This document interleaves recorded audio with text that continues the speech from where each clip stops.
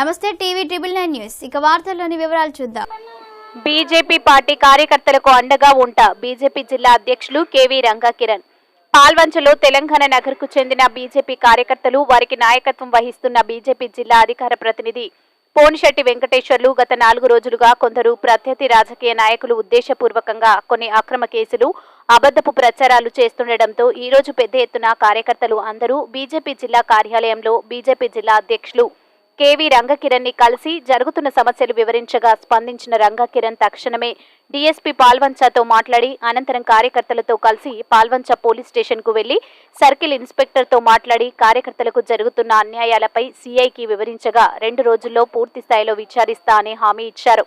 అనంతరం కార్యకర్తలను ఉద్దేశించి రంగకిరణ్ మాట్లాడుతూ కార్యకర్తలను ఏ కష్టం వచ్చినా పార్టీ ఆదుకుంటుంది అని, ప్రత్యర్థి పార్టీలు ఏ ఇబ్బంది పెట్టినా బీజేపీ కార్యకర్తలను కాపాడుకుంటామని అన్నారు. బీజేపీ పార్టీ కార్యకర్తలకు అన్యాయం జరిగితే ఊరుకునే ప్రసక్తే లేదని అన్నారు. ఈ కార్యక్రమంలో బీజేపీ కొత్తగూడెం పట్టణ అధ్యక్షులు గొడుగు శ్రీధర్, బీజేపీ పట్టణ ప్రధాన కార్యదర్శి మాధారపు లక్ష్మణ్, మహిళా మోర్చా పట్టణ అధ్యక్షురాలు నందిగం వెంకటరమణ, ప్రశాంత్ నాయక్, కమరుద్దీన్, సొందే సాహెబ్, రాధా, స్వరూప, విజయ్, శ్రీను, రాము, నరేందర్ తదితరులు పాల్గొన్నారు. కార్యకర్తలు అంటే భారతీయ జనతా పార్టీకి ఆస్తి. మన పిల్లలకి ఆస్తులు డబ్బుల రూపంగానో ఇల్లు రూపంగానో ఖర్చు ఇస్తూ ఉంటాం.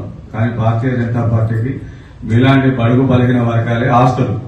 ఈ విషయాన్ని మీరు గమనింపులో పెట్టుకుని మాకు సానుకూలంగా మీరు ఉంటూ మీ సమస్యను పరిష్కరించే వరకు ఒప్పుకోండి. ఇప్పుడు సీఏ గారితో మాట్లాడతారు. ఏ విషయం ఉన్నా అక్కడ కూలంకషంగా పోనిశెట్టి వెంకటేశ్వరు మాట్లాడతారు. దాంతో పాటు నేను ఏకీభవిస్తూ మీ సమస్యని పూర్తిగా పరిష్కరించే వరకు 1 రోజు పెట్టినా 2 రోజులు పెట్టినా మీకు ఇబ్బంది ఏం లేదు.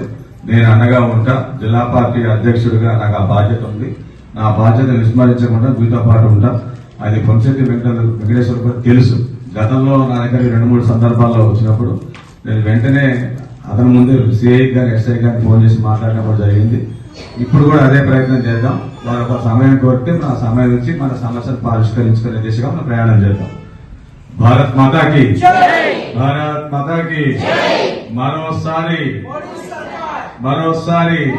వార్తలు ఇంతటితో సమాప్తం. మళ్ళీ తిరిగి ప్రసారం అయ్యే టీవీ ట్రిబుల్ 9 న్యూస్ లో కలుద్దాం. అంతవరకు సెలవు.